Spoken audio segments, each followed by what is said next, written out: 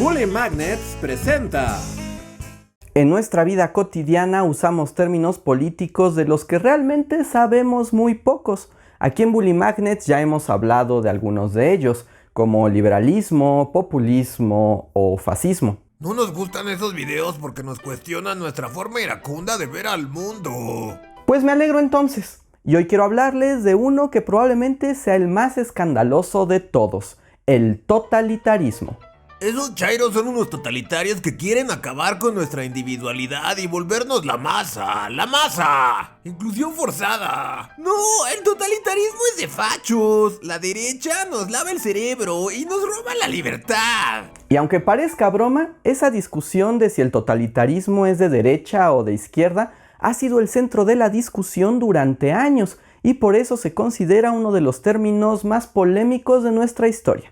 Así que vayamos a lo nuestro. ¿Qué es exactamente el totalitarismo? El totalitarismo es la manera en que se califica a los regímenes autocráticos del siglo XX, en particular aquellos que pretendieron, por medio de la violencia y un aparato propagandístico, la homogeneidad de sus habitantes y una alineación ideológica que restringía sus libertades individuales y democráticas. En particular, se refiere a la Alemania nazi y a la Rusia stalinista. Siempre la traen con nosotros. Es que nos tienen envidia. Sé que esa definición puede ser un poco densa, pero no se preocupen. Les explicaré de qué se trata y las características que tienen esos gobiernos. A mí me parece que es muy clara, aunque algo limitada y simple. Pero eso es porque eres un inmundo. Los demás, por favor, síganme. Un régimen autocrático es una forma de gobierno donde el poder está concentrado en una sola persona o un pequeño grupo de individuos, quienes, por medio de la presión o la violencia, someten a sus súbditos y les impiden cualquier forma de oposición o participación. En la historia humana ha habido muchos tipos de autocracias, desde los tiranos griegos, los últimos emperadores romanos y las monarquías absolutistas, hasta las dictaduras militares. Su principal característica es que no hay mecanismos que limiten o regulen las decisiones de los gobernantes. O sea que si Luis XIV quería patear a una niñita, nadie podía reclamarle, cuestionarle o decirle: oye Luis XIV, ¿por qué quieres pegarle a esa niñita? Básicamente podía hacerlo sin que tuviera ninguna consecuencia para él ni para su gobierno. Me gusta a dónde va este ejemplo. Ay, a mí no. Pero lo que pasó con los totalitarismos del siglo XX fue algo especial, por no decir nunca antes visto. Fueron naciones que, ayudadas por la ciencia, la tecnología y el apoyo de las masas, exaltaron al Estado de tal extremo que buscaron no solo el dominio sobre sus poblaciones, sino la posibilidad de transformar la realidad por medio de la fuerza y la intimidación, al grado de plantearse la aniquilación humana con tal de conseguir un Estado fuerte e idealizado. Así es, este será un video muy bajoneador. Así que si quieren apoyarnos y que sigamos haciendo estos temas, aunque YouTube luego nos desmonetiza, recuerden que pueden suscribirse o unirse a nuestro Patreon o sistema de membresías de YouTube. Pero bueno, el totalitarismo no salió de la nada, así que vamos al ¡contexto histórico! En el siglo XVIII ocurrió el ascenso del liberalismo, la doctrina política que promovía nuevos valores como la democracia, la individualidad y los derechos del ciudadano. Después de varias revoluciones, se convirtió en la respuesta al abuso de las monarquías y en una promesa para un mundo más justo y mejor. A menos que no seas hombre, europeo y de preferencia burgués. Pero bueno, ya saben cómo es esto, así que continuemos. Al mismo tiempo, la ciencia y la tecnología dieron impulso a la revolución industrial del siglo XIX y a una bonanza económica sin precedentes. Y todo esto, bajo las ideas del positivismo, indicaban que la sociedad humana estaba entrando a su mejor momento. El sueño del progreso se hacía realidad. Liberalismo y positivismo, donde nada puede malir sal. Es lo primero que sale mal. Y sí, porque ¡boom! Primera Guerra Mundial. El estallido de la Primera Guerra Mundial fue un duro golpe para la ilusión liberal. Por un lado, la guerra empezó por las crisis económicas capitalistas y la ambición imperialista, y por el otro, el desarrollo de la tecnología en armas ocasionó una guerra sin cuartel con muertes y horrores que hasta entonces eran inimaginables. Se empezó a cuestionar entonces si los estados liberales eran realmente la respuesta. Las democracias parecían débiles, el individualismo causa de muchos males, y la explotación capitalista resultaba una pesadilla para los menos favorecidos. Fue en este contexto que surgieron las alternativas políticas que darían forma e identidad al siglo XX. Primero, el comunismo de la Revolución Rusa, que a través de la Unión Soviética y las ideas marxistas propuso la abolición de las clases sociales y el rechazo al sistema capitalista. Y luego, los fascismos europeos, que a través de un fuerte nacionalismo clamaban por un Estado poderoso, presente en todas las esferas de la sociedad, bajo la idea de que el Estado representaba al pueblo y que la individualidad es absurda y hasta peligrosa. Y bueno, me parece importante decirles que si ustedes son de esas personas que quieren conocerlo todo con más profundidad, tenemos algunos videos que lo tratan particularmente y se los dejamos en las etiquetas de acá arriba. La palabra totalitarismo apareció por primera vez a principios de los años 20 y fue utilizada por antifascistas italianos como Giovanni Amendola y Lelio Basso para denunciar el régimen de Benito Mussolini, que había mostrado su tendencia de ser total en cuanto a que buscaba el dominio absoluto de la vida pública y administrativa.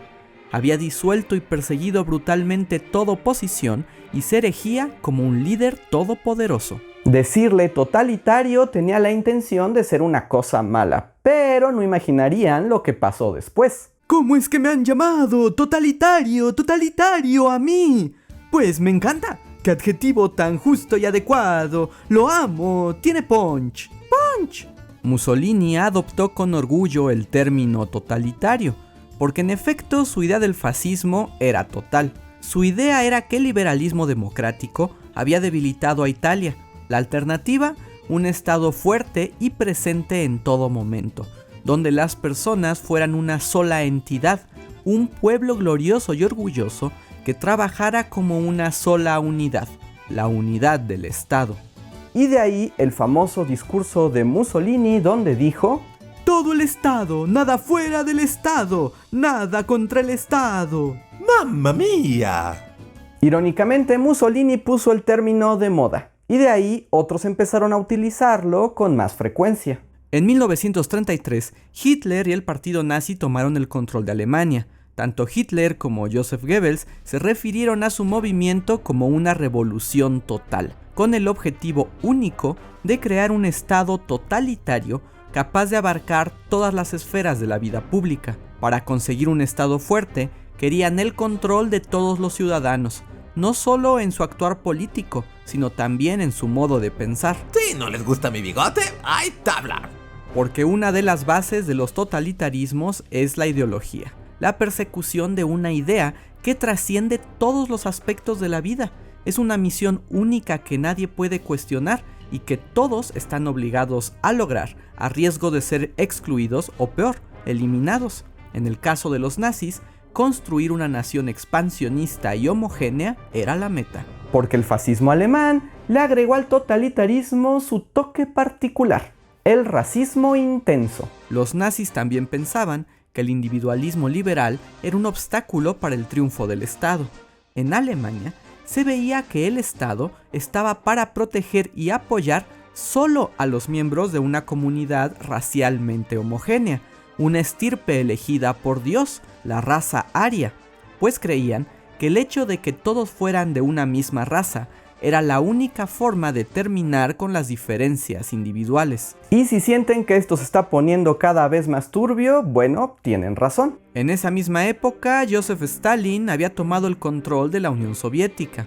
Aunque él nunca se asumió como totalitario, sus más feroces críticos como Trotsky o Viktor Serge lo acusaron de haber construido una autocracia total. Stalin había concentrado el poder económico, político, cultural y social en el Partido Comunista sobre el que tenía el control absoluto. En búsqueda del Estado comunista, había declarado una dictadura del proletariado, que más bien era una casta de burócratas que restringía y reprimía cualquier visión diferente o crítica a lo que se planteaba desde el gobierno.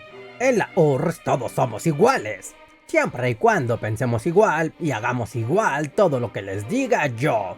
¿Y usted será igual a nosotros? Por supuesto, camarada, por supuesto. A ese me lo mandan al gulag. Ahora que identificamos estos totalitarismos, podemos hablar de sus principales características. Primero, los totalitarismos se construyen sobre una base ideológica, una doctrina casi mítica que justifica cualquier acción y propone una meta sublime y espiritual para la nación.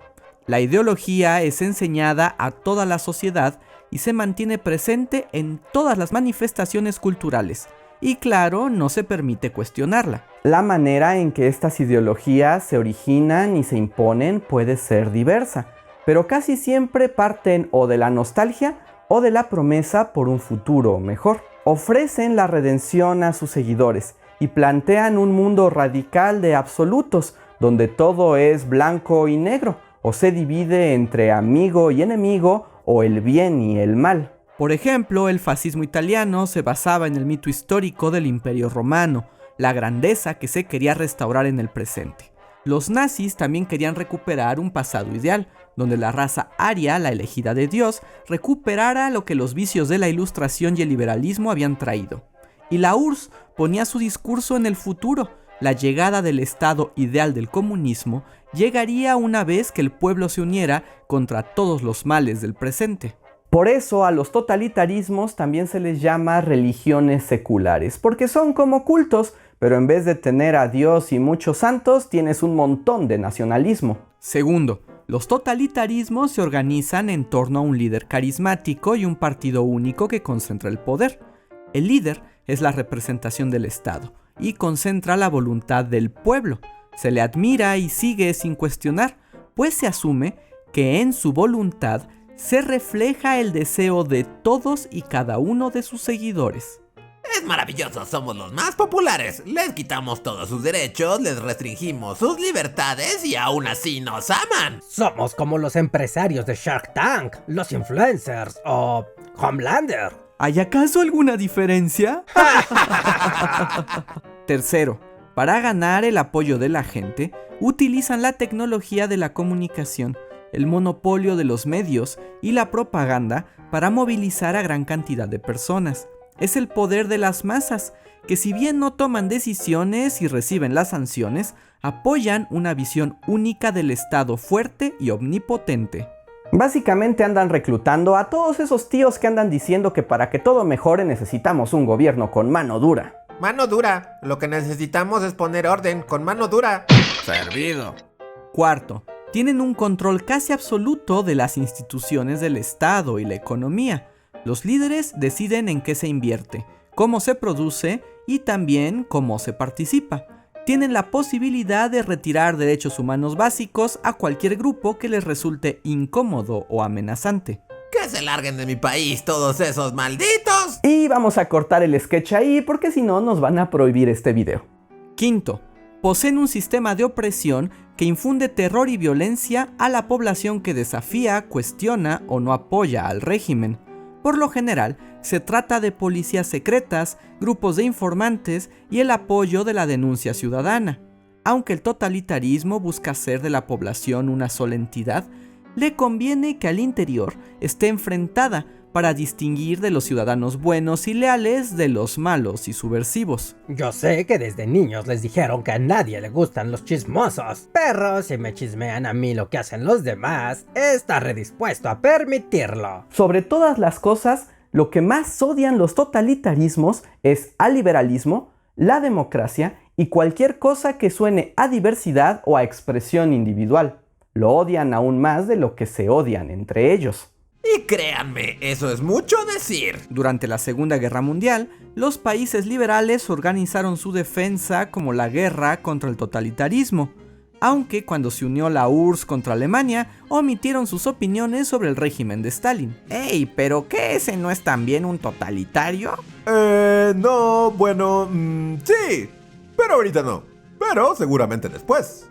Pero lo que al principio fue solo una forma de designar a las dictaduras europeas, se convirtió en algo más grave y específico después de la guerra, cuando se descubrió de la existencia de los campos de exterminio nazi, y más adelante sobre las purgas estalinistas. Aquello llevaría a los gobiernos autocráticos a un nuevo nivel, lo que la filósofa y escritora Hannah Arendt llamaría el verdadero totalitarismo.